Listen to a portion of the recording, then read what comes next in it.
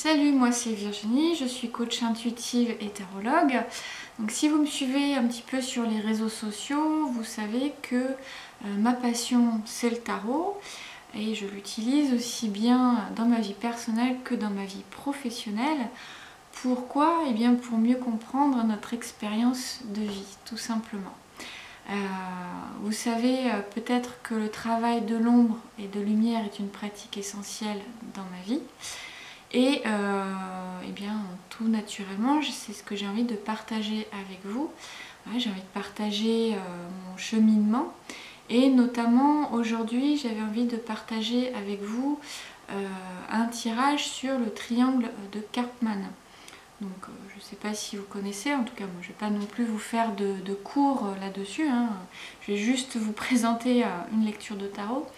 Mais le triangle de Karpman, c'est quand on remplit, quand on joue un rôle, et trois rôles, notamment le rôle de bourreau, de sauveur et de victime. Donc à tour de rôle, eh bien on peut changer d'état, de statut. Et il est très difficile justement de sortir de ce triangle. Et ce qui est important, c'est d'abord de reconnaître dans quel rôle on est par moment. Par moment, on peut être dans le rôle de la victime. Donc si on se sent victime, on sent que l'autre est un peu aussi bourreau. Et par moment, on est dans le rôle du sauveur et par d'autres moments dans le rôle du bourreau. Donc c'est intéressant de savoir comment on est, comment on se situe, pourquoi, comment et comment s'en sortir. Donc écoutez, c'est ce que je vous explique à travers la lecture de tarot. Donc je vous dis à tout de suite.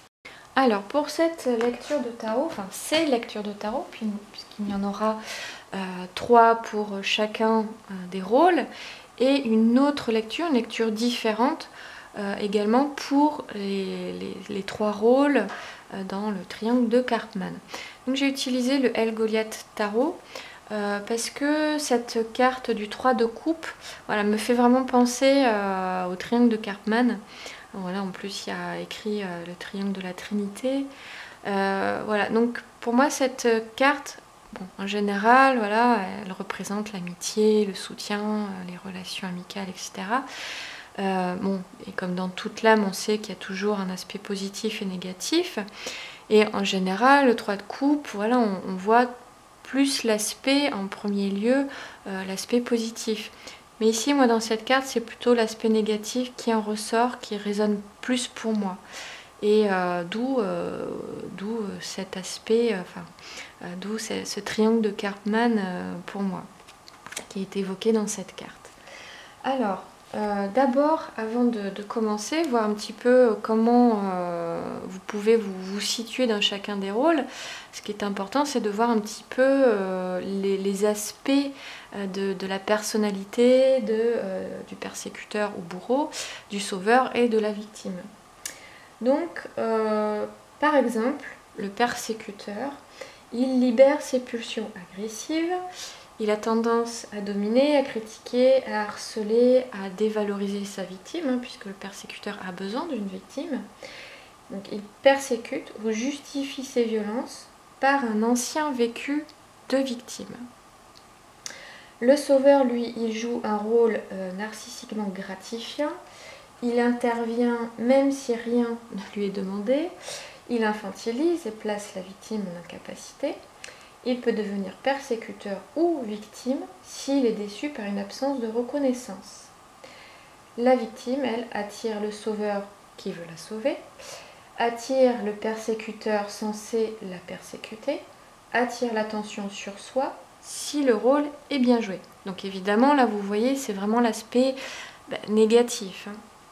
Puisque ce triangle de Karpman, oui, il y a l'important, l'essentiel, ça va être de pouvoir s'en sortir.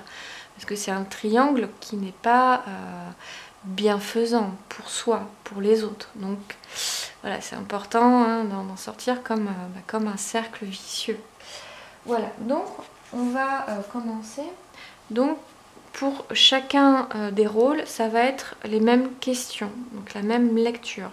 Mais évidemment, je vous invite à faire cette lecture, évidemment, pour les 3 rôles. Évidemment, puisque comme je l'expliquais, on a vraiment cette tendance-là bon, pour ceux qui vivent dans ce triangle-ci, voilà, on a vraiment tendance à changer de rôle. Alors, la première question, donc bon là moi j'ai mis la carte qui représente le triangle de Karman, mais bien sûr vous n'êtes pas obligé, hein. Vous pouvez, si vous voulez, vous prenez dans vos tarots la carte qui représente le plus pour vous ce triangle là, mais bon ça c'est vraiment pas obligatoire, je l'ai fait vraiment pour la vidéo. Ici la première question, comment je me positionne en tant que victime ou bourreau ou sauveur, hein. Ici la deuxième, quel est le bénéfice que j'ai à être dans cette position, pareil, de victime et bourreau et sauveur. La troisième, quelle est la blessure cachée derrière cette position de victime ou les blessures. Donc là quand je parle de blessures, ce sont les blessures émotionnelles, donc il y en a 5. La blessure de rejet, d'abandon, de trahison, d'humiliation et d'injustice.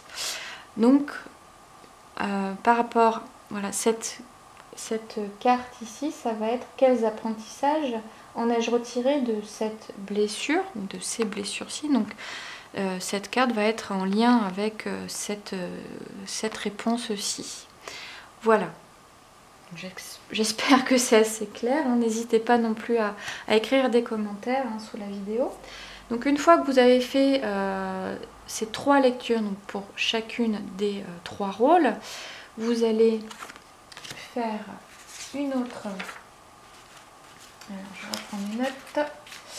Vous allez faire une autre lecture pour toujours chacun des rôles. Donc imaginons, ça c'est la carte qui vous représente vous en tant que victime, hein. Vous pouvez choisir dans votre tarot ou une carte qui est sortie dans les précédentes lectures, une carte qui vous représente vous en tant que victime pour la première lecture.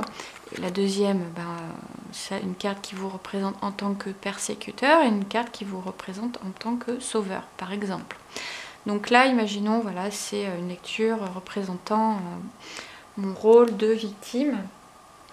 Et vous allez refaire, voilà, encore une lecture. Donc vous allez poser ici comme question, quelles intentions dois-je poser pour améliorer cette situation? La deuxième, quelles actions puis-je poser pour tendre vers cet objectif? Et ici, de quelle manière puis-je me montrer forte vis-à-vis de cette personne? Voilà, si cette question va dépendre de votre rôle.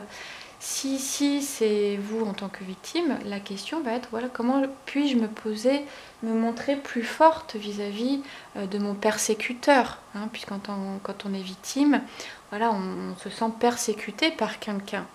Donc, d'où l'importance de peut-être de se montrer aussi autrement, ou d'interpréter les choses différemment, et de réagir d'une autre manière aussi. Donc, voilà, par exemple, hein, c'est un exemple, mais ça c'est...